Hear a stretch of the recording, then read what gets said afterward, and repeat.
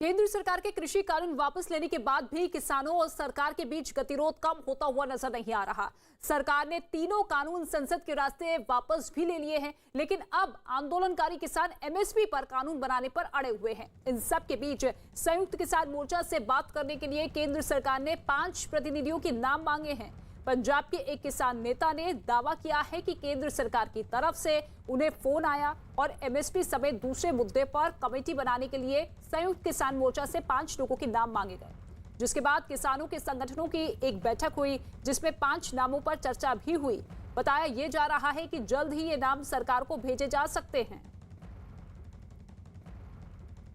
तो 5 नाम मांगे गए हैं सरकार की तरफ से, जो कि किसान संगठनों का प्रतिनिधित्व करेंगे, जो कि किसानों की राय रखेंगे। और ऐसे में अब किसान संगठन में दो फाड़ होते हुए नजर आ रहे हैं, क्योंकि कुछ किसानों का साफ तौर पे कहना है कि हमें इस बारे में कोई जानकारी नहीं है अगर फोन सरकार की तरफ से आया या नहीं आया, लेकिन हमारी जो 6 लंबित मांगे हैं उन पर सरकार को वार्ता करनी होगी, कदम उठाना होगा। और ऐसे में सरकार की कोशिश भी यही है कि किसी भी तरीके से अब इस आंदोलन को समाप्ति की ओर ले जाया जाए। और इसी को लेकर 6 लंबित मांगों को लेकर अब कमेटी बनाने की बात कही जा रही है, जिसमें किसान नेताओं के नाम मांगे गए हैं कि वो 5 चेहरे, वो 5 नेता कौन से होंगे जो कि इस कमेटी का हिस्सा रहे।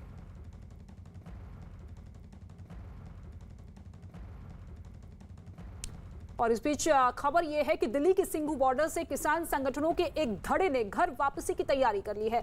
साथ ही कृषि सुधार कानून वापस होने के बावजूद आंदोलन पर डटे इस संगठनों के फैसले पर सवाल भी उठाए गए हैं। इस सिलसिले में सिंघू बॉर्डर पर किसानों की बैठक भी हुई और पंजाब के किसान जत्थेबंदियों की बैठक भी हुई, जिसको लेकर यह कहा जा रहा है कि हो सकता है कि वापसी का ऐलान कुछ संगठन कर दे।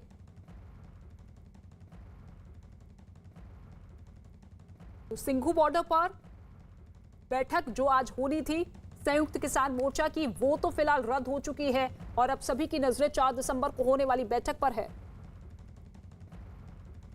हमारे साथ कुछ किसान मौजूद हैं, कुछ किसान नेता मौजूद हैं। ये वो किसान नेता हैं जो संयुक्त किसान मोर्चा की मीटिंग में भी भाग लेते हैं, हर गतिविधि में शुरू से ये आंदोलन में शामिल है। लेकिन इनका कहना है कि बिल वापसी तो घर वापसी के नारे पर वो साथ में जुड़े थे और अभी बिल वापसी सरकार ने कर ली है और अब ये घर वापसी की तैयारी कर रहे हैं। पहले जब ये आंदोलन शुरू हुआ, जिस दिन से शुरू हुआ और जिस दिन तक 29 तारीख तक हम आंदोलन के साथ रहे हैं, हमेशा इस आंदोलन के हक में हमने लड़ाई लड़ी है। जितनी भी संयुक्त मोर्चे की बैठक हुई उनमें मैं हमेशा सम्मिलित रहा हूँ। और आज जिस तरह का एक नारा था, बिल वापसी नहीं तो घर वापसी नहीं, आज बिल वापसी तो घर वापसी होनी चाहिए, क्योंकि हमने इस आंदोलन में काफ़ी कुछ खोने का काम किया। मेरे किसान हित में भी काफ़ी नुकसान हुआ और मेरे दुकानदार भाइयों का जिन्होंने हमारा इस आंदोलन में साथ देने का काम किया, हमेशा साथ दिया है। तो मैं सभी से संयुक्त मोर्चे से भी एक अपील करना चाहूँगा, क्योंकि इसमें कुछ राजनीतिक अपने महत्वाकांक्षा पूरी करने के लिए इस आंदोलन को ख़त्म होना नहीं देना चाहते, जो बात का बतंगड़ बना रहे हैं। क्योंकि अब बिल वापसी तो घर वापसी और आगे बढ़ के हमने माननीय प्रधानमंत्री का सम्मान करना चाहिए। हालांकि किसान नेता राकेश टिकैत ने किसानों की घर वापसी की खबरों से इनकार किया है। किसान नेता दर्शनपाल सिंह ने भी किसान संगठनों के बीच किसी तरह की फूट से इनकार किया। साथ ही दावा यह किया है कि आंदोलन खत्म करने की कोई बात नहीं चल रही है। सरकार कह रही, किसान कोई नहीं कह रहा, किसान कोई नहीं कह रहा, सरकार कह, सरकार ये बात चला रही।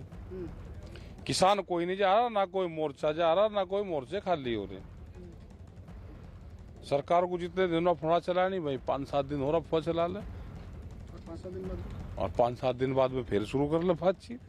बगैर बातचीत के समाधान के किसान नहीं जाएगा। बहुत कंफ्यूजन पैदा करने की कोशिश की गई है। कोई भी अगर किसी व्यक्ति ने कुछ ऐसा ओपिनियन दे दिया है मीडिया में, सोशल मीडिया में, उसका व्यक्तिगत वो विचार हो सकता है। आज तक एक आपको बात बता दूं कि तमाम संगठनों ने ये तय किया है कि जैसे यूनाइटेडली हम लड़े हैं, ऐसे यूनाइटेडली ही हम मोर्चे का समाप्त करेंगे। सभी संगठन मोर्चे की जो यूनिटी बनी है, that is a determining point, जो जहां से तय होगा कि उठना है, कब उठना है।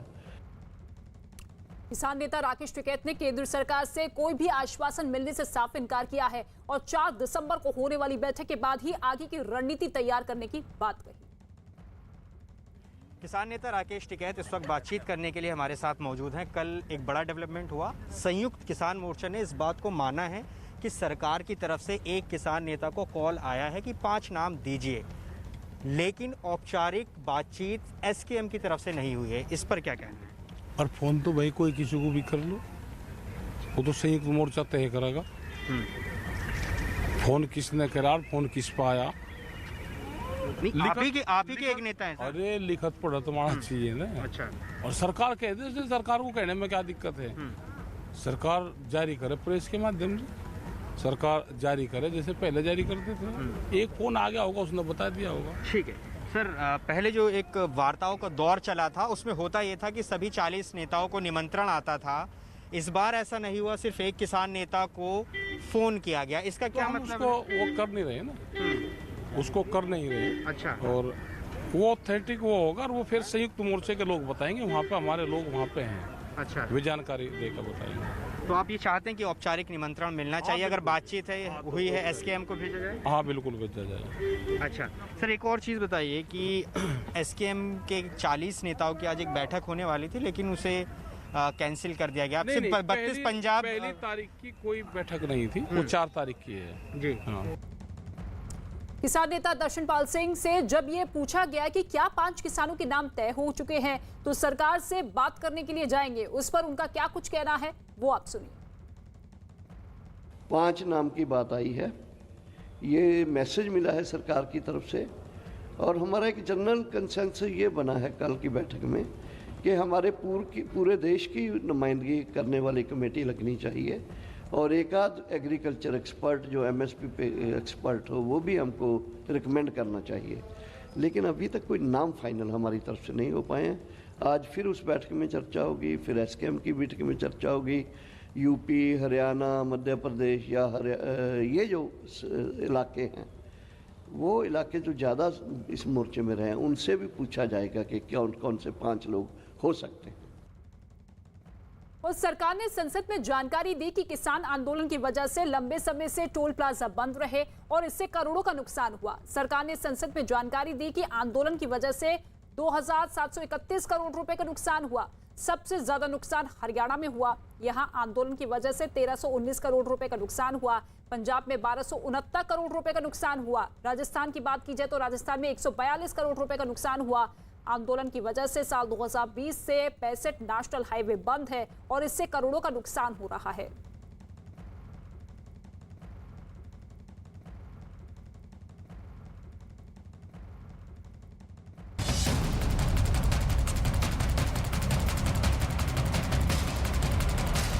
ये ओमिक्रॉन वेरिएंट जो कोविड वायरस है, ये 8 गुना गति से स्प्रेड करता है।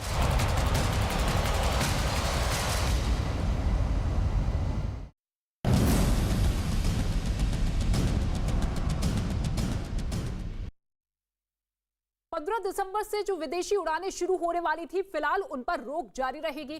कोरोना के नए वेरिएंट ओमिक्रॉन के खतरों को देखते हुए सरकार ने यह फैसला लिया है। सरकार की तरफ से विदेशी उड़ानों पर जो नए दिशा निर्देश जारी हुए हैं, उनमें नई तारीख की जानकारी नहीं दी गई है। मतलब ये कि विदेशी उड़ानों को शुरू करने का फैसला अब बाद में लिया जाएगा। पहले कहा जा रहा था कि 15 दिसंबर के बाद से हो सकती है विदेशी उड़ानें शुरू, लेकिन अभी फिलहाल जो सर्कुलर जारी किया गया है उसमें किसी तरह की कोई तारीख के बारे में नहीं बताया गया है।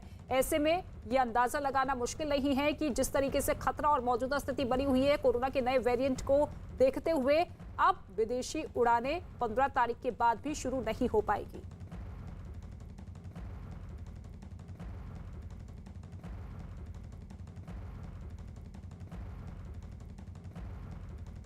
और दिल्ली के आईजीआई एयरपोर्ट पर आज सुबह लंदन और हॉलैंड की राजधानी एम्स्टर्डम से आए यात्रियों में 4 लोगों की कोरोना रिपोर्ट पॉजिटिव आई है।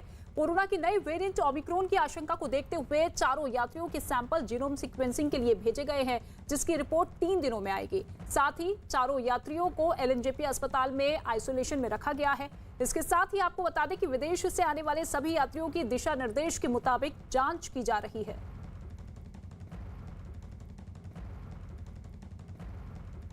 कोरोना का नया वेरिएंट ओमिक्रॉन भारत में ना फैले, इसके लिए गृह मंत्रालय की तरफ से सभी राज्यों और केंद्र शासित प्रदेशों को जरूरी दिशा निर्देश जारी किए गए हैं। इनमें वायरस की रोकथाम के लिए हर तरह के कदम उठाने की बात कही गई है। इसके अलावा गृह मंत्रालय की तरफ से विदेश से आने वाले यात्रियों की एयरपोर्ट पर ही कोरोना जांच और उनकी स्क्रीनिंग करने के निर्देश दिए गए हैं, जिसका असर अब दिल्ली एयरपोर्ट पर भी दिखने लगा है। वहीं यात्रियों ने भी सरकार के इस कदम को जरूरी बताया।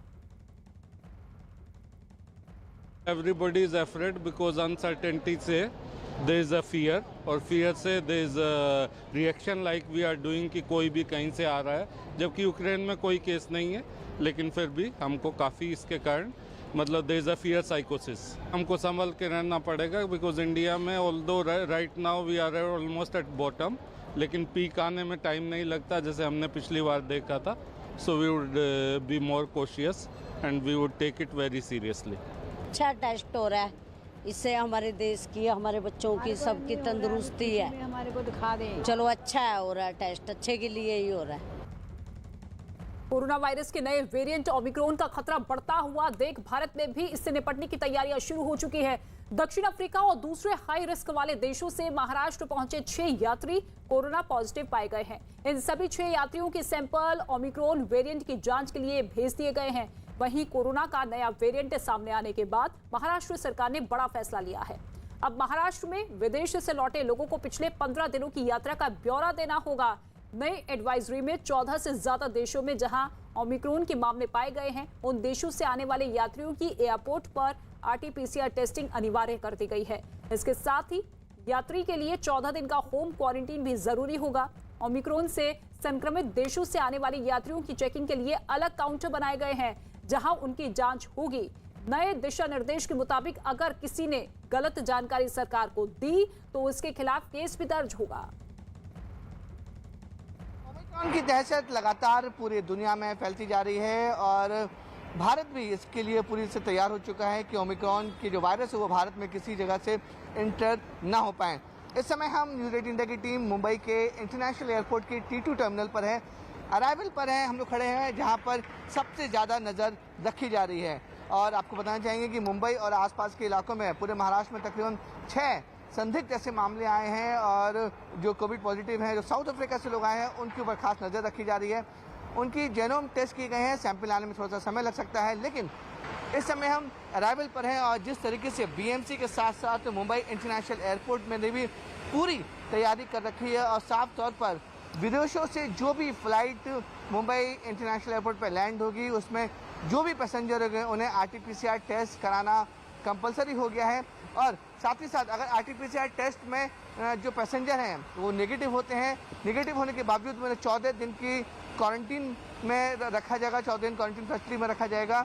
अगर वो पॉजिटिव होते हैं तो उन्हें तुरंत अस्पताल में एडमिट करा जाएगा। इसलिए यहाँ पर बाकायदा BMC के भी काउंटर्स अंदर अराइवल पे लगे हुए हैं और साथ ही साथ मुंबई इंटरनेशनल एयरपोर्ट में भी यहाँ पे तमाम काउंटर्स लगाए गए हैं RT-PCR के हुए और साथ ही साथ जो एंटीजन के जो काउंटर्स हैं वो भी अंदर लगाए गए हैं। हर एक पैसेंजर की बाकायदा टेस्ट होती है, खासकर जो लोग विदेश से आ रहे हैं और जो हाई रिस्क कंट्री है साउथ अफ्रीका, वहाँ से जो भी लोग आ रहे हैं उनका RT-PCR टेस्ट करना कंपलसरी हो गया है। कोरोना की नई वेरिएंट ओमिक्रॉन की वजह से भारत में सख्ती कड़ी कर दी गई है। अफ्रीकी देश से आने वाले यात्रियों की कोरोना जांच की जा रही है। पिछले 15 दिनों में अफ्रीकी देशों से 1000 लोग मुंबई पहुंचे हैं। BMC ने 466 लोगों का पता लगा लिया है। सभी 466 लोगों का कोरोना टेस्ट भी हो चुका है, जिसमें एक व्यक्ति कोरोना पॉजिटिव पाया गया है। बाकी लोगों की डिटेल BMC निकाल रही है।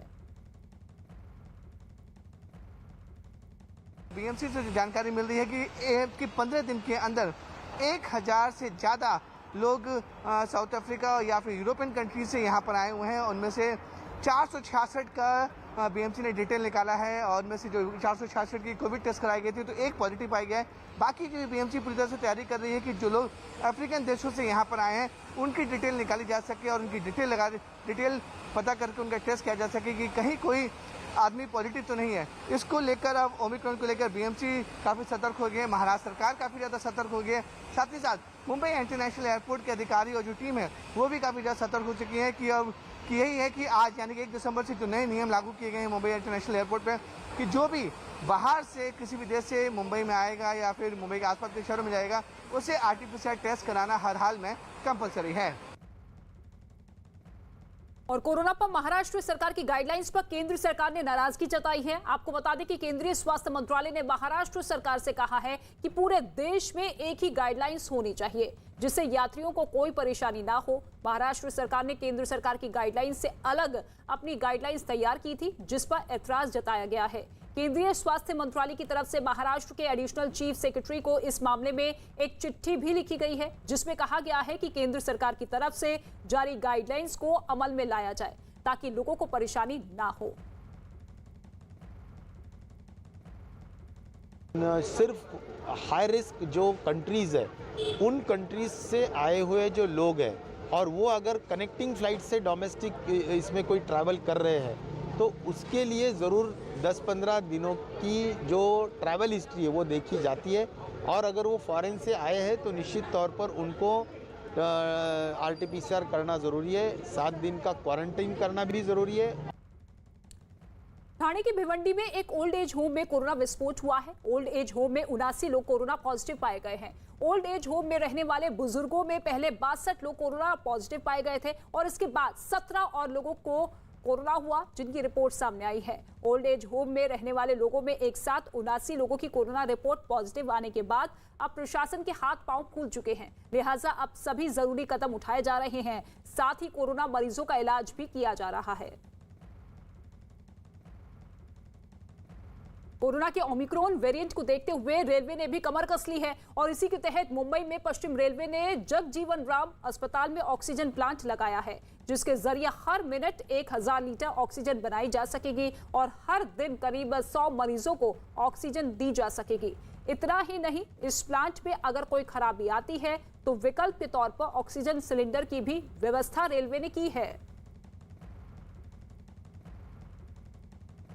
मैं इस वक्त रेलवे के जगजीवन राम अस्पताल जो पश्चिम रेलवे का अस्पताल है उसके ऑक्सीजन प्लांट में मौजूद हूं जिसे पश्चिम रेलवे ने लगाया है। और सबसे अहम बात की ये ऑक्सीजन प्लांट इन हाउस है। यहाँ पर ऑक्सीजन का जो है प्रोडक्शन भी हो सकता है और साथ ही साथ प्रोडक्शन होने के बाद स्टोरेज करके उसे डायरेक्ट अस्पताल में सप्लाई भी की जा सकती है, यानी मरीजों को तुरंत जो है ऑक्सीजन मिल पाएगा जरूरत पड़ने पर। मैं इस ऑक्सीजन प्लांट में मौजूद हूँ। अगर आपको मैं दिखाऊं तो ये जो पूरा सिस्टम है आप देख रहे हैं, जो हिस्सा है ऑक्सीजन प्लांट का, ये यहाँ पर प्रोडक्शन होता है। तमाम मशीनें आप देख रहे हैं जो लगी हुई हैं। बाहर की हवा के जरिए जो है ऑक्सीजन का प्रोडक्शन होता है और इन प्रोडक्शन होने के बाद जो है जब ऑक्सीजन बन जाता है तो उसके बाद ये ऑक्सीजन, ये 2 टैंक्स हैं, 500 लीटर के ये है और 500 लीटर का ये है, यानी जो 2 टैंक हैं इसमें 1000 लीटर पर मिनट जो है ऑक्सीजन स्टोर होता है और यहाँ से पाइपलाइन के जरिए अस्पताल में खास तौर पर सप्लाई हो सकता है और सप्लाई होने के बाद मरीजों को तुरंत दिया जा सकता है। अगर टेक्निकली जो है इस सिस्टम में कोई गड़बड़ी आती है तो उसके लिए भी रेलवे ने बाकायदा एक व्यवस्था की हुई है अल्टरनेटिव। कोई भी दिक्कत इसमें आती है तो मैं आपको दिखाऊं तो यहाँ पर जो सिलेंडर होते हैं, जो ऑक्सीजन सिलेंडर का इस्तेमाल आप देखते होंगे कि बाहर भी होता है, वो सिलेंडर यहाँ पर तैयार करके रखे जाते हैं। मेरे साथ इस वक्त मेडिकल अधिकारी जो जगजीवन राम अस्पताल की हैं, ममता शर्मा जी मौजूद हैं। मैम, सबसे पहले ऑक्सीजन प्लांट के बारे में जानना चाहेंगे, किस तरह से इसकी सप्लाई होती है, कैसे प्रोडक्शन होता है और कितने मरीजों को एक दिन में ये ऑक्सीजन दिया जा सकता है? हाँ, नमस्कार। ये हमने 500 लीटर के ये इंस्टॉल किए हैं। अभी 29 अक्टूबर को हमारे जो महाप्रबंधक हैं उन्होंने इसका उद्घाटन किया है। तो ये 500 लीटर्स पर मिनट के स्टोरेज टैंक हैं और इनसे 1000 लीटर पर मिनट ऑक्सीजन बन सकती है और मरीजों को यहाँ से पाइप लाइन से ये जाएगी और 50 से 70 मरीजों को इसमें ऑक्सीजन की आपूर्ति पूरी हो जाएगी, जो कि कोविड के दौरान अगर ज़रूरत पड़ती है तो हमारी ये इन हाउस फैसिलिटी अवेलेबल है हमारे पास। तो जब भी ज़रूरत पड़े तो हम इसको यूज़ कर सकते हैं और इसको यूज़ कर रहे हैं। ये जो हमारे ऑक्सीजन प्लांट हम यहाँ पे 2 लग गए हैं, इससे हमने पाइप सप्लाई अब देना शुरू कर दिया है बेड्स के ऊपर। तो 200 प्लस बेड्स हमारे पास क्रिएट हो गए हैं जहाँ पे हम लोग ऑक्सीजन का पाइप सप्लाई दे रहे हैं। इसके अलावा वेस्टर्न रेलवे ने और भी 7 जगहों पे, 7 अपने हॉस्पिटल्स में, डिफरेंट जगहों पे, अहमदाबाद, दाहोद, राजकोट, इन जगहों पे इन्होंने 7 डिफरेंट जगहों पे हमने PSA प्लांट, ऑक्सीजन प्लांट लगाए हैं। तो हम लोग बिल्कुल तैयार हैं, अपनी तरफ से अपनी पूरी तैयारी करके रखी और हमारी लड़ाई कंटिन्यूसली कोविड के अगेंस्ट में जारी है। WHO ने ओमिक्रॉन की नई वेरिएंट पर एक बार फिर गहरी चिंता जाहिर की है। WHO के मुताबिक सिर्फ यात्रा पर प्रतिबंध लाने से ओमिक्रॉन को रोका नहीं जा सकता है। WHO ने कहा है कि जिन देशों में ये नया वेरिएंट सामने आ रहा है, उन देशों को इससे जुड़ी सभी जानकारियों को साझा करना चाहिए, जिससे इसकी रोकथाम के उपाय तेजी से किए जा सके। विश्व स्वास्थ्य संगठन के मुताबिक ओमिक्रॉन के बारे में अभी तक कोई जानकारियों के बारे में पता नहीं लग पाया है, जिससे ये पता लगाने में हफ्ते लग सकते हैं कि इसे टीकाकरण से किस हद तक रोका जा सकता है। WHO ने चेतावनी दी है कि अभी कोरोना से दुनिया की लड़ाई खत्म नहीं हुई है और ऐसे में सावधानी बरतना बेहद जरूरी है। दक्षिण अफ्रीका में सबसे पहले सामने आए इस वेरिएंट के बाद कई देशों ने अफ्रीका से आने वाले यात्रियों पर प्रतिबंध लगा दिया है, लेकिन इससे इस वेरिएंट को रोक पाना मुमकिन नहीं दिखाई दे रहा है, क्योंकि अब तक 12 से ज्यादा देशों में इस नए वेरिएंट के मरीज मिल चुके हैं, जिनमें Australia, Britain, Canada, Hong Kong, Israel, Italy और पुर्तगाल समेत 14 से ज्यादा देश शामिल हैं। और ओमिक्रॉन का खतरा अब गंभीर होता हुआ नजर आ रहा है। ऐसे में इस वायरस के नए वेरिएंट का असर चीन में होने वाले विंटर ओलंपिक्स पर पड़ता हुआ दिखाई दे रहा है। वहां फरवरी में इसका आयोजन होना है, लेकिन नया वेरिएंट इतनी तेजी से फैल रहा है कि विंटर ओलंपिक्स कराना चीन के लिए एक बड़ी चुनौती बन चुका है। वहां लगातार आ रहे मरीजों की वजह से मंगोलिया सीमा के पास के शहरों में पहले ही लॉकडाउन लगाया जा चुका है। ऐसे में खतरा बढ़ता देख भारत में भी इससे निपटने की तैयारियां शुरू हो गई है।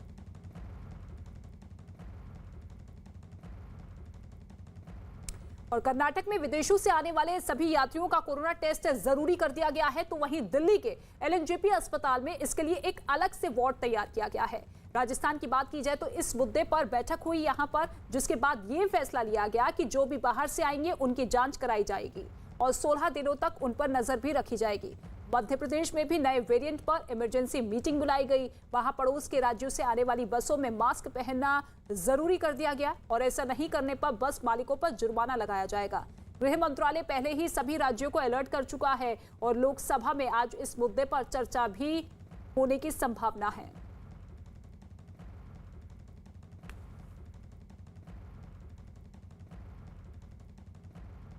गोवा में जो इंटरनेशनल पैसेंजर जो गोवा एयरपोर्ट पे हो या मार्मागोवा पोर्ट पे हो जो आने वाले हैं, उनको स्ट्रिक्टली यानी प्रोटोकॉल फॉलो करना पड़ेगा। उनको स्ट्रिक्टली कोविड टेस्ट करनी पड़ेगी और स्पेसिफिकली जो 12 कंट्रीज़ जो गवर्नमेंट ऑफ इंडिया ने डेजिग्नेट किया है, उन कंट्रीज़ के लिए 14 डेज़ का क्वारंटाइन स्ट्रिक्टली फॉलो करना पड़ेगा और बाकी के लिए उन्हें टेस्ट करके उन्हें सेल्फ आइसोलेशन रखना पड़ेगा।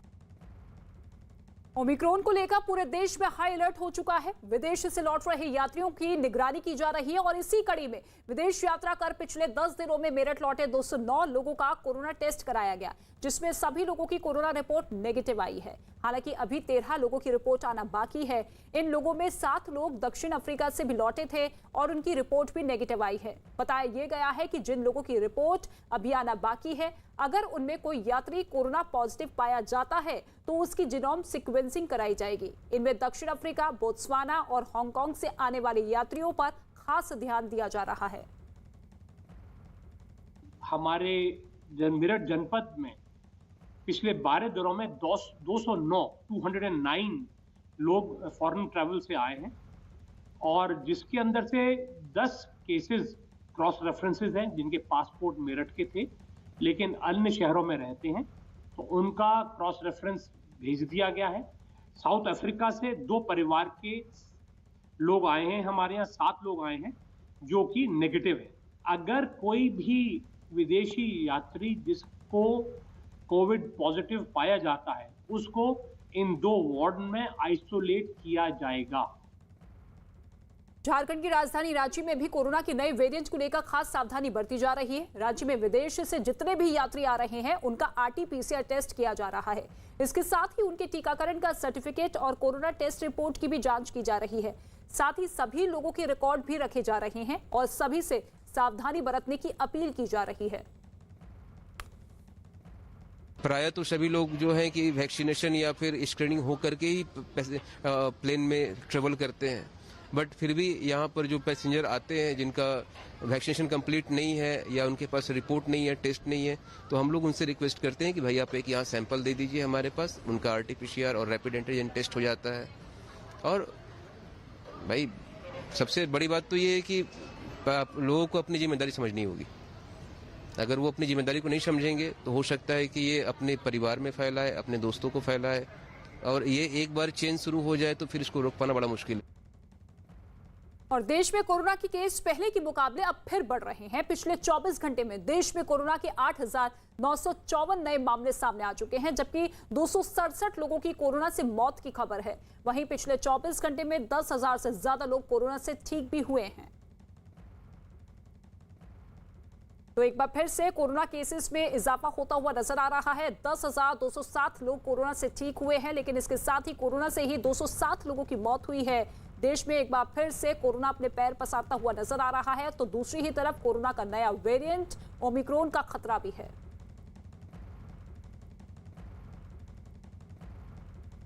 और अब बात यूपी के डिप्टी सीएम केशव प्रसाद मौर्य की, जिन्होंने एक बयान दिया है जिसमें लिखा है कि मथुरा पर अब आगे के कदम उठाए जाएंगे। केशव प्रसाद मौर्य ने एक ट्वीट किया है जिसमें उन्होंने लिखा है कि अयोध्या और काशी भव्य मंदिर निर्माण जारी है, मथुरा की तैयारी है। केशव प्रसाद मौर्य के इस ट्वीट के बाद सियासी बयानबाजी तेज हो गई है। कांग्रेस, शिवसेना और समाजवादी पार्टी ने केशव प्रसाद मौर्य पर हमला बोला है। यूपी में अगले साल विधानसभा चुनाव होने हैं और ऐसे में केशव प्रसाद मौर्य के बयान पर सियासी घमासान छिड़ गया है। और यूपी के डिप्टी सीएम केशव प्रसाद मौर्य ने ट्वीट क्या कुछ किया है वो आपको बता देते हैं। उन्होंने ट्वीट किया, अयोध्या काशी में भव्य मंदिर निर्माण जारी है, मथुरा की तैयारी है। ये ट्वीट केशव प्रसाद मौर्य की तरफ से किया गया, जिसके बाद सियासी घमासान तेज हो गया। और केशव प्रसाद मौर्य के ट्वीट पर बीजेपी ने भी प्रतिक्रिया दी है।